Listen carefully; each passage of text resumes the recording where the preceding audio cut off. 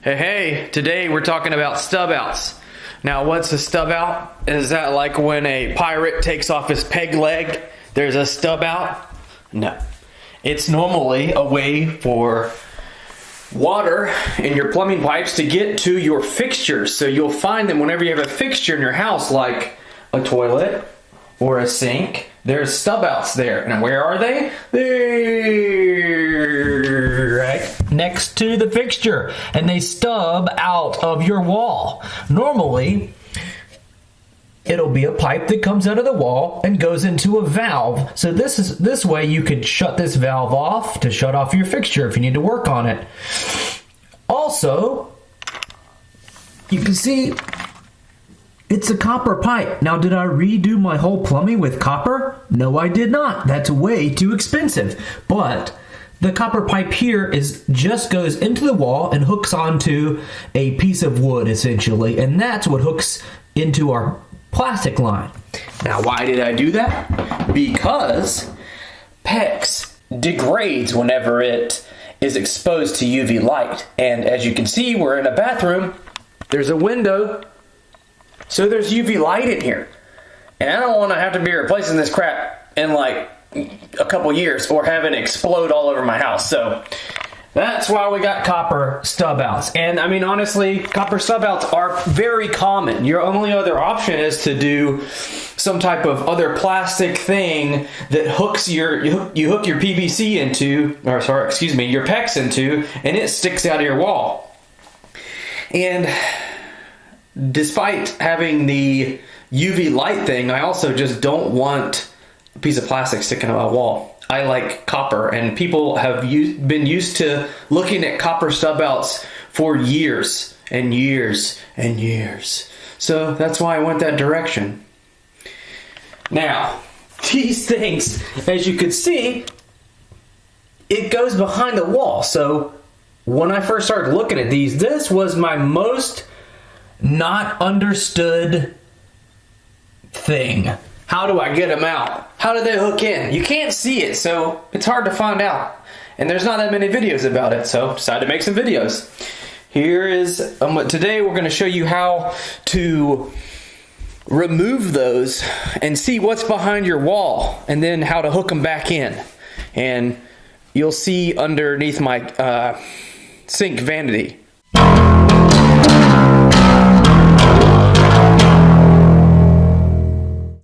First thing you need to do, as you should do with any plumbing project, is turn the water off. I am removing my valve. Yours may differ in how you do it. I'm removing it because I reuse these to save money.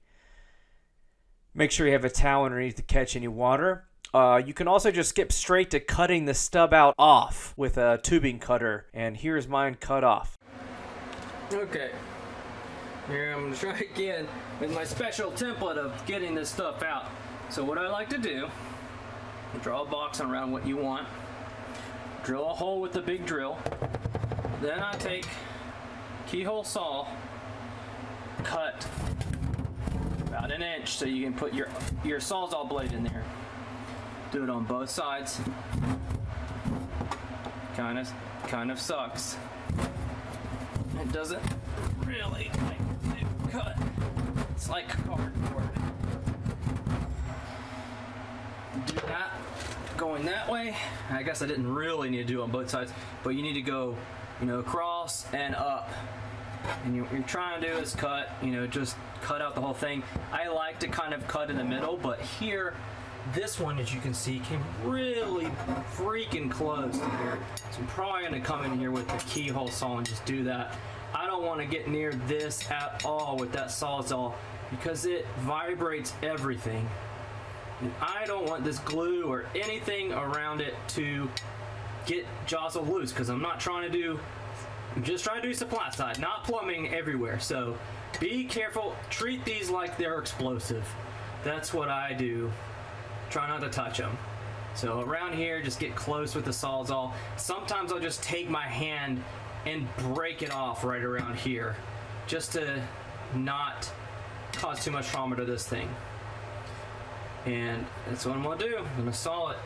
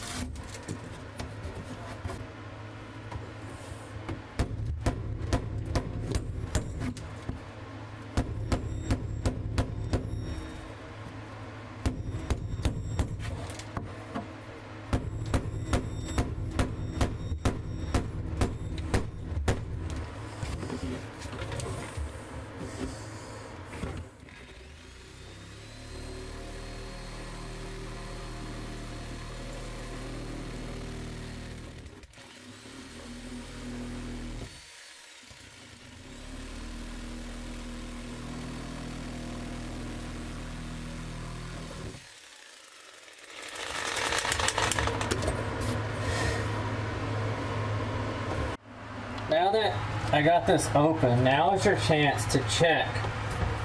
Stick your hand in there and make sure, stick your hand in that hole, make sure you can feel over here. Whenever I was cutting before, I felt something right here. So I stopped. As soon as you feel anything, stop. If you can saw through a pipe or something important, until you know what it is, don't saw through it. So I'm going to check on that, make sure there's no vent or drain pipe there before I cut the rest out. Alright, got everything cut off of here. The thing that I was hitting was a stud, so just look out for that. You can see where I hit it a little bit and I stopped. So it's safe. So what you're going to do is go in here with a hammer. You might need another hammer to bonk your hammer. And crowbars. And you're going to get those two little nails out. It's not going to be fun. So I'm going to spare you that part. There's just nothing to do it but to do it, get in there and just try to pull it. The hardest part is these center ones because your hammer or your pry bar is going to be right up next to this P-trap. So just look up it. You can always take out the P-trap, but I'm trying to save myself some work. Well, I was able to get that one out pretty easily. You can see here, you got to give yourself enough room or you're going to pry into the side of your wall. So now here, I was able to get one side out because I had a lot of room to work with on the right, and I was able to turn it and kind of get behind it, and that should be really easy to pull out. So just get behind there, smack it a couple times with a hammer, and then if I can hold this, is the hard part. And that's probably enough to get, oh yeah, boom, boom, boom, boom, boom. Crazy experience. Here's the trick I was talking about. Take another hammer, stick it behind there when you've pulled out and you need more space. You could easily, once you try it, you'll be like, oh yes, that's what I'm gonna do every time. And these are really short, they're right below, so cut them right out, pull them out. Now to put these back in, it's a relatively simple process, very similar to taking them out. What I want to show here is make sure you use a good screw to put your flange back in, not just whatever's laying around on the job site, nails that you saw in the last when I was removing them. And the reason is this, it's a real common problem. You don't want your fasteners to interact or, react with the metal or the copper of your flange that you're putting in, because you could have some corrosion issues and stuff like that. You don't want that in your wall. And you can see I've got my new PEX pulled up through there, ready to go. And this is a fully assembled stub out that I'm putting in here. And I'm just stuffing it in there. And, gotta redo that because I forgot to put the ring on there. This crimp ring or clamp, whatever you're using. Yeah, I did that on purpose to prove a point. And now doing it the right way. Don't forget your rings, folks.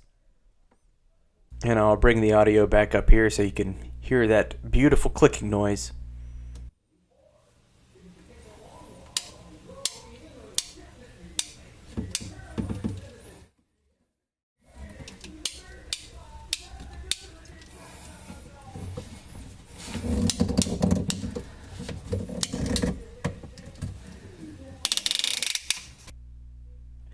Got the stub out in there, set in position. The crimp is done.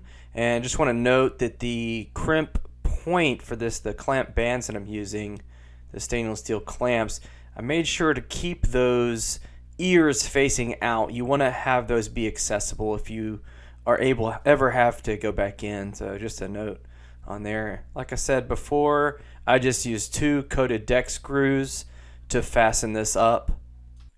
Another thing to note here, just make sure you're careful with the old nail holes. You could reuse them, but I think I pre-drilled. I didn't show it here.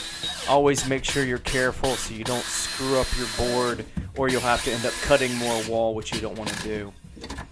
And that's it. Final test for rigidity, and you got yourself a stub out installed. If you like this video or it helped you, woohoo! Check out some other ones.